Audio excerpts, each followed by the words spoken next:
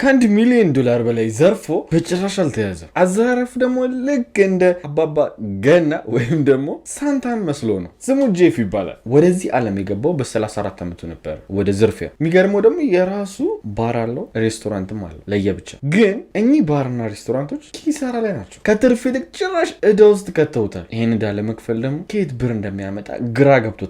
የሆነ ቀን ግን ይህን ሰው ይተዋወቃል። ሽሚዝ ይባላል። ጊዜውም በ1987 ነበር እንደ ፈረንጆች አቆጣጠር። ሽሚዝም ታዲያ ብዙ የተለያዩ ስራዎችን ይሰራል። ከዚህ ሰውዬ ጋር የተዋወቁት ታዲያ እሱ ባር መጥቶ ለመቀጠር ፈልጎ ነው። ግንኙነታቸውም ከፍ እያለ ሄዶ ከአለቃና ከአሰሪነት አልፎ ጓደኛሞች ሆኑ። በነገራችን ላይ አንተን ስራ ብቻ አይደለም፣ በትርፍ ሰዓቴም ጥበቃ ሰራለሁ ብር ለሚያንቀሳቅስ ድርጅት። ይህ ድርጅት ስሙ ሉመስ ይባላል። ሉመስ ላይ ብዙ የዝርፊያ ሙከራዎች ተደርጎበታል። ግማሾቹ ተሳክቶላቸዋል፣ ግማሾቹ ተይዘዋል። የዚህ ድርጅት ዋና ስራው ብርን ከሆነ ቦታ ወደ የሆነ ቦታ በራሳቸው አርሞርድ የሆነ መኪና አላቸው፣ ወይም ደግሞ ጥይት የማይበሳው ጠንካራ የሚባል የራሱ የሆነ የድርጅቱ መኪና አለ እና ከተማ ውስጥ የሚያንቀሳቅሱት ብር እነሱ ናቸው። እንደ አሜሪካም አንደኛ ናቸው። እና ሽሚዝ ከስራ በኋላ ሄዶ ብር እንደሚያንቀሳቅሱ በደንብ ነገር ጄፈሪ ምን አለ በር ያንቀሳቅሳሉ እና እንደዚህ በችግር እነሱን መዝረፍ ቆንጆ ነው ብሎ አሰበ። ለሽሚዝም ነገረው አግዘኝ ብሎ። ሽሚዝም ደግሞ እዛው ውስጥ ድርጅቱ ስለሚሰራ ብዙ መረጃዎችን ለሱ ስለሚሰጠው ይህን የዝርፊያ ወንጀል ሲሰማ እሺ ብሎ ተቀበለው። ተጨማሪ 2 ሰዎችንም ጨመሩ። ሽሚዝም ያጠናለታል መቼ ነው ብዙ ብር የሚወጣው መቼ ነው የሚያወጣው እያለ። እናም የሆነ ቀን ብዙ ሚሊዮን ዶላር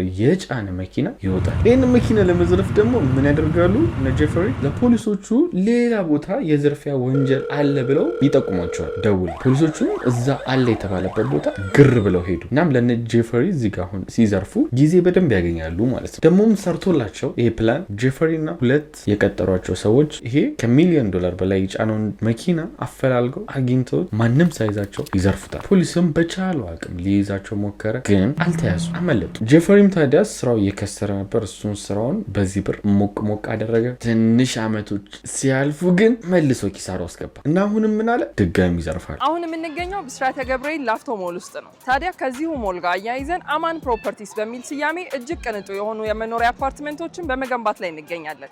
ታዲያ እዚህ ፕሮጀክት ላይ ከባለ 1 እስከ ባለ 3 መኝታ የምታገኙ ይሆናል። እውነተኛ 30% ልዩ ቅናሽም እያገኛችሁ ተጠቃሚ ይሁኑ። ለበለጠ መረጃ በ0935 347588 ይደውሉልን። አማን ፕሮፐርቲ።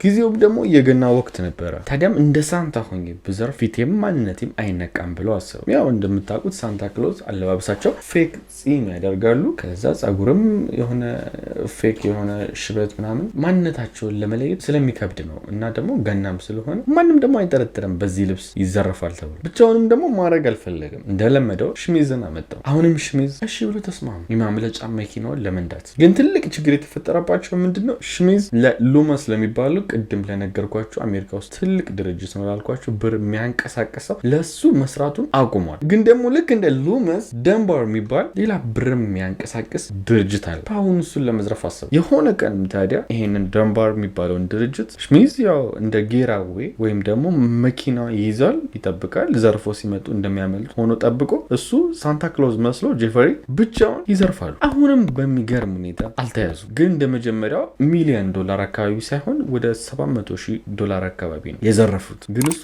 በጣም ብዙ ነው ለሁለት መዝረፍ ይሄን የሚያክል ብር። ጊዜው ደግሞ እንደነገርኳችሁ በ1980ዎች ውስጥ ነው። የዶላር ቫልዩ ምንም እንኳን አሁን ይሄን ያክል እንደዛ ጊዜው ባይሆንም በዛ ጊዜ ግን በጣም ትልቅ ቫልዩ ነበር እና ብዙ ስራ ነው የሚሰራላቸው ይብር። ማንም ሳይዛቸው ደግሞ ሁለቱም ሌላ አመት አለፈ። ግን ጄፈሪ ባሁኑ ባይከስርም ሽሚዝም መፍራት ጀመረ። አብረው ሁለቴ ዘርፈዋል፣ አልተያዙም። ግን ሽሚዝ እያሶራ እንደሆነ አወቀ።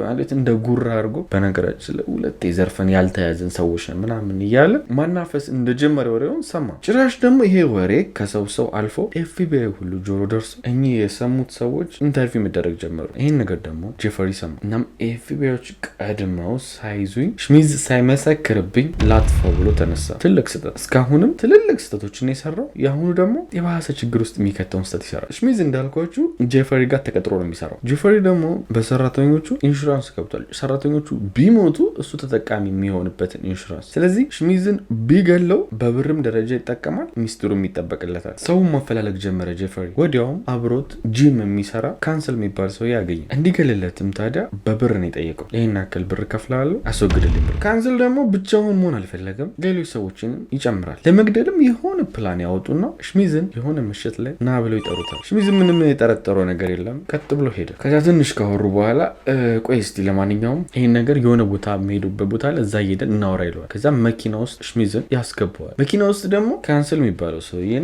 እሱ ያዘጋጃቸው ሰዎች አሉ። ሽሚዝን ደግሞ ልክ እንዴት ነው በቃ አንተና ገቢና ትቀመጣለህ ብለው ገቢና አስቀመጡት። ጄፈሪም መኪናውን መንዳት ጀመረ። የሆነ ቦታ ሲደርሱ ዝም እንዳለ ሲሰማቸው ከኋላ ካንስል ያዘጋጃቸው ሰዎች ሽሚዝን እንቅ ያደርጉታል በገመድ። ሽሚዝም ደግሞ ያው ለመታገል ቢሞክርም እዛው እንቅ አድርገው መኪና ውስጥ ጸጥ ያደርጉታል። ጊዜውም ደግሞ በረዶ የሚዘንብበት ሰዓት ስለነበረ የሽሚዝን ሬሳ ወስደው በረዶ ውስጥ ውርውር ያደርጉ። ፖሊሶች ግን ይህን ሬሳ ለማግኘት ጊዜ አልፈጀባቸውም።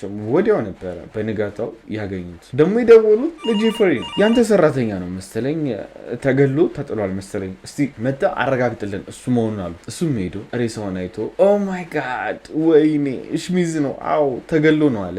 አስመሰለ ለፖሊሶቹ። ግን በዚህ በኩል ወዲያው ኢንሹራንስ ጋር ደውሎ ሰራተኛ ይሞቱብኛል፣ ያው ብሬን ትከፍሉኛላችሁ ነበር ያለው። ታዲያም ለጄፈሪ ነገሮች አስተካክላለሁ ብሎ ትልቅ ችግር ውስጥ የከተተው የሽሚዝ ወንድም ይመጣና የሞተው ከዚህ በፊት ወንድሜ ወንጀል ሰርቶ ያውቃል፣ እሱን ደግሞ የሰራው ከጄፈሪ ጋር ነው፣ ዝርፊያ ላይ ተሰማርቶ የነበረው ምናምን ብሎ ያወራል። ምክንያቱም አሟሟቱ ከዚህ ነገር ጋር ከተገናኘ ብለው ማለት ነው። ፖሊሶች ደግሞ እስካሁን ጄፈሪ ይሆናል ብለው ስላልጠረጠሩ ምንም ቼክ አላደረጉም ነበር። ጄፈሪ ላይ አይናቸውን አድርገው መከታተል ሲጀምሩ አንድ መረጃ ያገኛሉ። ጄፈሪ የሳንታ ክሎዝን ለብሶ ሲዘርፍ በነበረበት ሰዓት ሽሚዝ የያዛት መኪና ጄፈሪ ነበረች እና ያቺ መኪና በወንጀሉ ሰዓት ታይታ ስለነበረ እቺ መኪና ባለቤቷን ሲያጣሩ ጄፈሪ ሆኖ ይገኛል። ከሱም ቀጥሎ ደግሞ የባንክ አካውንቱን ሲያዩ የጄፈሪን በዝርፊያው ሰዓት ብዙ ገቢዎችን አስገብቷል፣ ሬስቶራንትና ባሩ ከሚሰራው በላይ ማለት ነው። ይህም ደግሞ በቂ ማስረጃ ስለሆነ ጄፈሪን ሄደው ፖሊሶች ያጃም አደረጉ። ፍርድ ቤቱም ከመቅረቡ በፊት ውል ይሰጠዋል። ይናክል ይፈረድብ ሲባል እሺ ይላል። ያቀረቡለት ደግሞ 8 ዓመት ነበረ። የ8 ዓመት ፍርድ ተፈረደበት። ግን ስለ ግድያው ምንም አልተነሳም። ይሄ 8 ዓመት የተፈረደበት በዝርፊያው ብቻ ነው። ምክንያቱም ሽሚዝን እንደገደለው በደንብ የሚያረጋግጥ መረጃ በጊዜው ፖሊሶች አላገኙም። ስለዚህ 8 ዓመት ታስሮ ይወጣል ማለት ነው። ግን ጊዜያቶች አልፉ 2001 ላይ እንደ ፈረንጆች አቆጣጠር የወንጀል ምርመራው በጣም ተደራጅቶ የአሻራ ምርመራቸውን ፖሊሶች በጣም አሳድገው እና በፊት እንደ አሻራ ተመዝግበው የነበሩ መረጃዎችን ድጋሚ በአዲሱ ቴክኖሎጂ መመርመር ጀመሩ። እና በፊት ሽሚዝ ሲሞት ታንቆ ነበር የሞተው ብያቸዋለሁ። አሻራ ከሱ ላይ ወስደው ነበረ ከሬሳው ላይ እና ይሄን አሻራ የማን ነው የሚለውን ነገር አሁን ላይ ሲያጣሩ ጄፈሪ ካንሰል የሚባለውን ሰውዬ ቀጥሮት ነበር። እሱ ደግሞ ከታች ሰው ቀጥሮ ነበር ብያቸዋለሁ። ያ ሰው ነው ሌላ ሰው ያነቀው። የዛ ያነቀው ሰው አሻራ ይገኛል። ጠርተውትም ምን ተፈጥሮ ነው ያንተ አሻራ እዚህ እንዴት ተገኘ ብለው ሲጠይቁት ወዲያው ይሄ ካንሰል የቀጠረው ሰው እነ ጄፈሪ ላይ መመስከር ጀመረ። እናም በዚህ ግድያ ወንጀል ውስጥ የተገኙትን እንዳለ ሰዎች ፖሊሶች ከጀም አደረጓቸው። እናም ፍርድ ቤት ቀርበው እነሱ ላይ መሰከረው ከፖሊሶች ጋር ተስማምቶ 25 ዓመት ብቻ ይፈረድበታል። ከሱ ጋር አብሮት የነበረው ሌላኛውም እሱም እንደ ጄፈሪ ላይ መስክር ሲባል መስክሮ 25 ዓመት ብቻ ይፈረድበታል። ካንሰል እና ጄፈሪ ግን 60 ዓመት ይፈረድባቸዋል። እድሜ ልክ በሉት። ከዝርፊያ ወንጀል አመልጠው ነበር። በራሳቸው እጅ ግን ያው ፖሊስ እንዲይዛቸው ምክንያቱ ነው። ወንጀል ሰርታችሁም ደግሞ ብዙ ጊዜ የማምለጥ ቻንሳችሁ በጣም ትንሽ ነው። ከህግ በብር በምናምን አድርጋችሁ ራሱ ብታመልጡ ያው ፈጣሪ የእጃችሁን መስጠቱ አይቀርም። የዛሬ እውነተኛ ታሪካችን ይህን ይመስላል። ኮመንት ላይ እየጠየቃችሁ ነው ክላስ መቼ ነው ታሪክ እንዴት እንደምሰራ ታውቃላችሁ። ክላሱንም ደግሞ በዛው ልክ በደንብ እንዲገባችሁ አድርጌ ለማስረዳትና በደንብ የምትሰሩበትን ነገር እየሰራው ነው። ዌብሳይቱም ኦልሬዲ ጫፍ ላይ ደርሷል፣ አልቋል ማለት ይቻላል። የምትመዘገቡበት ዌብሳይት፣ የምትማሩበት ዌብሳይት ከዚህ በኋላ 5 ቀን 4 ቀን ቢወስድ ነው ምዝገባ ኦፊሻሊ እንጀምራለን። እና አንድ ወሳኝ የምነግራችሁ ነገር ይህን ነገር ቲክቶክ ላይ ቪዲዮ አልሰራም አልናገርም ለነሱ። ለእናንተ ግን እንደ ሚስጥር የምነግራችሁ ነገር የመጀመሪያ ተመዝጋቢ ወይም ደግሞ የመጀመሪያ ባች ለመሆን ሞክሩ። ብዙ ነገር ትጠቀማላችሁ። የመጀመሪያ ባች ስትሆኑ ያው ሰከንድ ባችን ብትሆኑ ብዙ ነገር ትጠቀማላችሁ። ፈርስት ባች መሆን ግን ብዙ አድቫንቴጅ ይሰጣችኋል። ይሄንን ያው እንደ ሚስጥር ነው የምነግራችሁ ለእናንተ እንጂ ቲክቶክ ላይ አሁን ያው ክላስ ሲጀምር ተመዝገቡ ማለት አይቀርም እዛ ላይ እንጂ እንደዚህ አይነት ነገር አልናገርም። ለእናንተ ግን ለእኔ ልዩ ለሆናችሁ ቤተሰቦች የመጀመሪያ ባችሁ ተረፈ። ይመቻችሁ። ወዳችኋለሁ። በቀጣይ እስከምንገናኝ ቻው።